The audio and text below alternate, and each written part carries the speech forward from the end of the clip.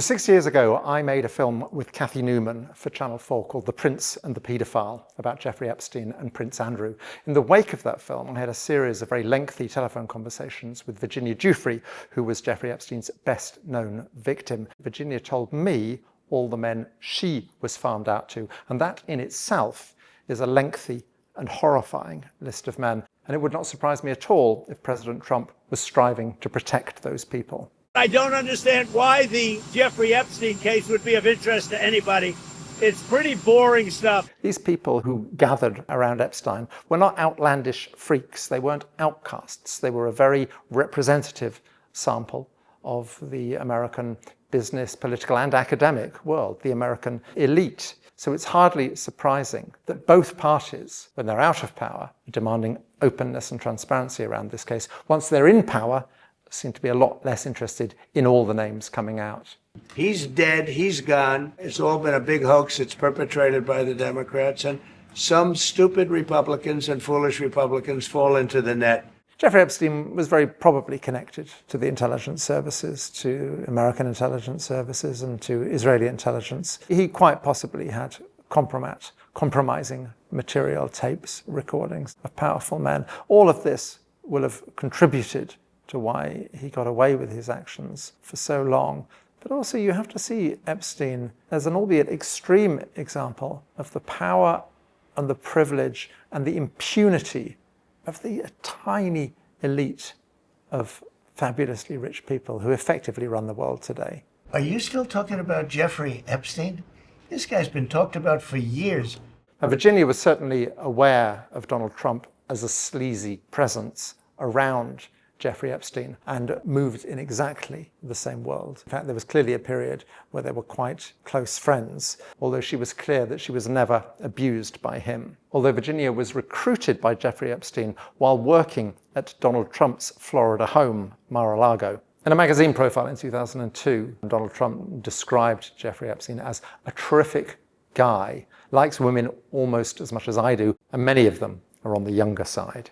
Trump and Epstein seem subsequently to have had a falling out, but they were absolutely part of that world together. Epstein died in a prison cell. Today, Donald Trump is president of America. After coming to power, Trump got the Justice Department to release the Epstein papers. I don't think there was a single document that hasn't been sitting on my computer for 6 years. It was a completely bogus exercise. And actually what was significant was the documents released by Trump's Justice Department were heavily redacted, whereas the versions we had were unredacted. I have the flight logs and I have the little black book.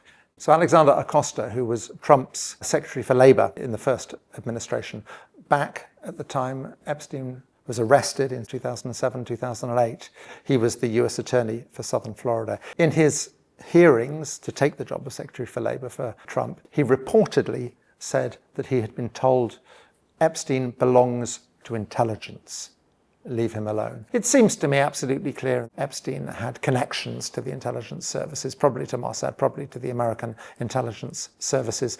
Of course, Ghislaine Maxwell's father, Robert Maxwell, is well known as having had extensive links to the intelligence services. Robert Maxwell was buried on the Mount of Olives in Jerusalem. His funeral was attended by 6 former heads of Israeli intelligence, and he was eulogized by the serving Israeli Prime Minister Yitzhak Shamir, who said, "He has done more for Israel than can today be told." Robert Maxwell very definitely moved in that world. Whether Jeffrey Epstein had connections to the intelligence services in the same way that Robert Maxwell did, I should think it's quite likely. So I woke up on the morning of April the 26th to the terrible news of the suicide in Australia of Virginia Giuffre, who's the best known of Jeffrey Epstein's victims. The thing about Virginia was the abuse she suffered at the hands of Jeffrey Epstein was not the first abuse she had suffered. She'd been abused throughout her childhood. One of the repellent things about people like Ghislaine Maxwell and Jeffrey Epstein is they home in on, they have an instinct for the vulnerable, for people who, in Virginia's own words,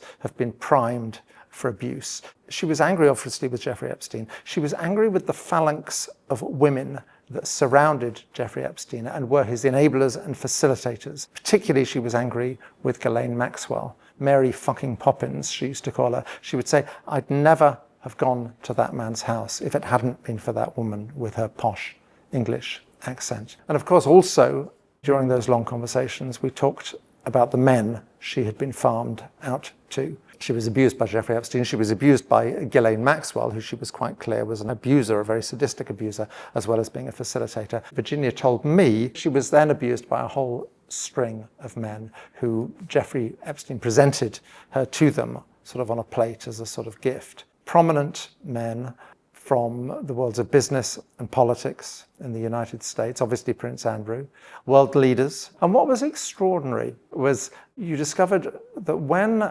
very powerful men who can pretty much have whatever they like in life are offered a 16-year-old girl on a plate, bizarrely, what they seem to want to do is to hurt her. The number of them who were sadomasochistic was extraordinary. One of them very nearly killed Virginia. Virginia was a very strong woman, apart from this one man who she was terrified of. She used to say, I'd go for him if I didn't have children. But because I have children, I won't do that. I remember talking to Virginia about her watching the Prince Andrew interview. She was furious. She was so angry watching that interview. And what angered her was his arrogance, his belief that he would get away with it. I can tell you categorically, I don't remember meeting her. Nobody can prove whether or not that photograph has been doctored. I didn't sweat at the time because I had suffered what I would describe as an overdose of adrenaline in the Falklands War when I was shot at.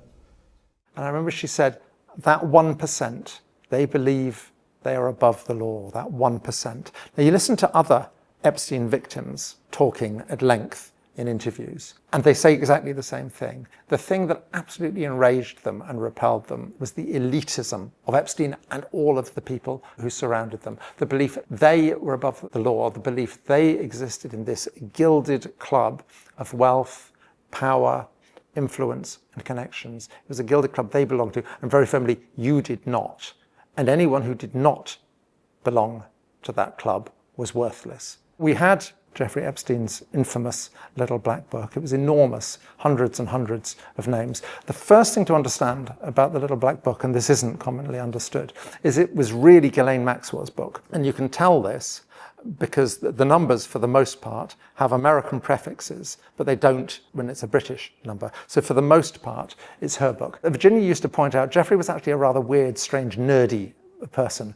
What Ghislaine did was she was his sort of social lubricant. She opened up social worlds to him. This was Ghislaine's entry point to his world. It was her selling point, and she was keen to show off. The people who matter in the Little Black Book are people who also appear in the notorious flight logs, and also in the Little Black Book who have numerous numbers. There are over 20 telephone numbers connected to Bill Clinton. Donald Trump, 14 numbers. Alan Dershowitz, 11 numbers. There are 7 numbers for Ehud Barak, the former Prime Minister of Israel. Also, 10 numbers for Peter Mandelson, who is now the British ambassador to the United States, of course. There are 2 pictures, of course, that exist of Mandelson with Epstein. And they're not pictures at some public event where they just happen to be standing near each other. The first one, they're out shopping together. They're the only 2 people in the picture. The second one, it's clearly Epstein's birthday. Somebody's bringing him a cake. Giuffre Epstein referred to Peter Mandelson as Petey. That was Giuffre Epstein's name for Peter Mandelson. He called him Petey. Why was Peter Mandelson spending time with Giuffre Epstein? It's a really interesting question. We have to be crystal clear. There is absolutely no suggestion that Peter Mandelson was involved in any criminal wrongdoing. One suspects Mandelson was attracted to the whole world of Giuffre Epstein, and certainly the image that Giuffre Epstein sought to convey of moving in a mysterious world, a mysterious closed world of power, influence, and connections. I remember talking to one man who knew Epstein well. And he said, my memory of Giuffre is he was always smirking. He was always smirking. I said, what was he smirking about? And he thought for a bit and he said, he was smirking because he knew things you didn't. He wanted to convey the image anyway that he was part of a closed world of connections and power and secret maneuverings that you could never enter. He knew secrets about an awful lot of people, and obviously there's speculation around his death. He had been placed in a cell where he was on suicide watch. He was taken out of that cell. His cellmate was taken away, and on the night he died, the 2 prison officers who were meant to be regularly checking on him slept through the night. The American government has now released surveillance footage from the prison where Epstein died. 3 minutes of that surveillance footage are missing. Those are the bald facts. It's clearly an extremely suspicious death. Jeffrey Epstein was a financier. He'd originally worked at Bear Stearns. He'd been sacked from Bear Stearns for sort of fiddling his expenses.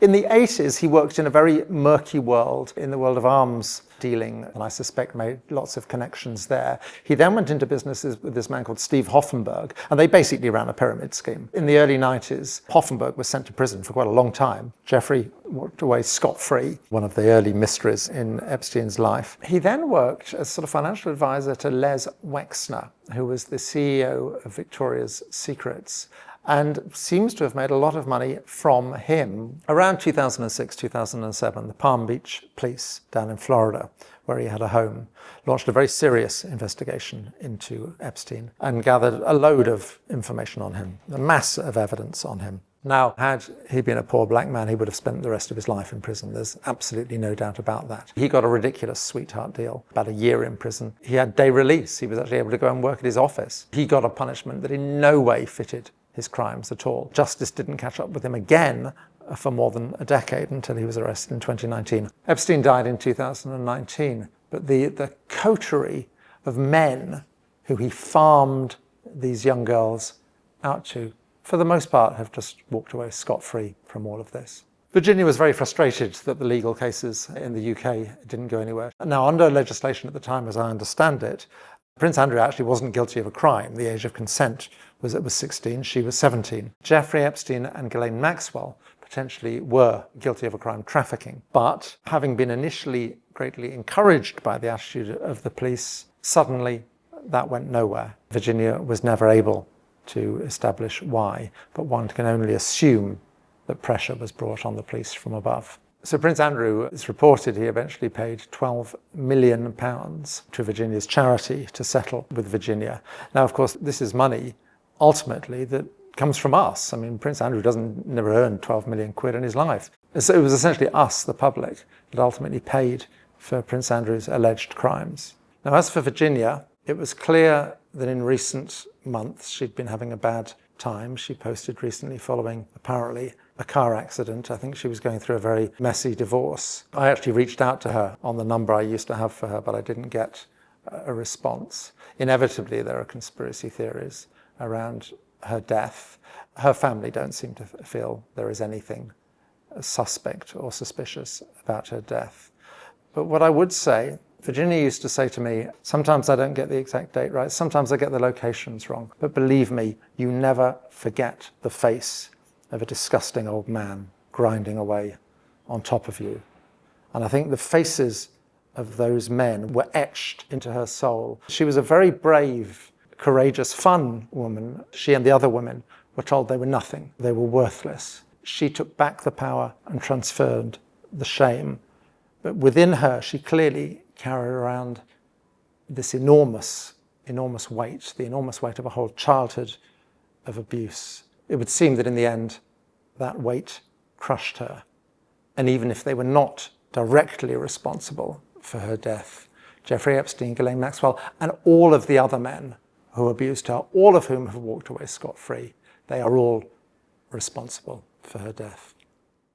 Virginia Giuffre's story is a casebook study in how the powerful, the wealthy, and the privileged are all too often not called to account for their crimes. And it flags up more than ever the need we have for independent media outlets like Double Down. And I would urge you to contribute to Double Down News through Patreon.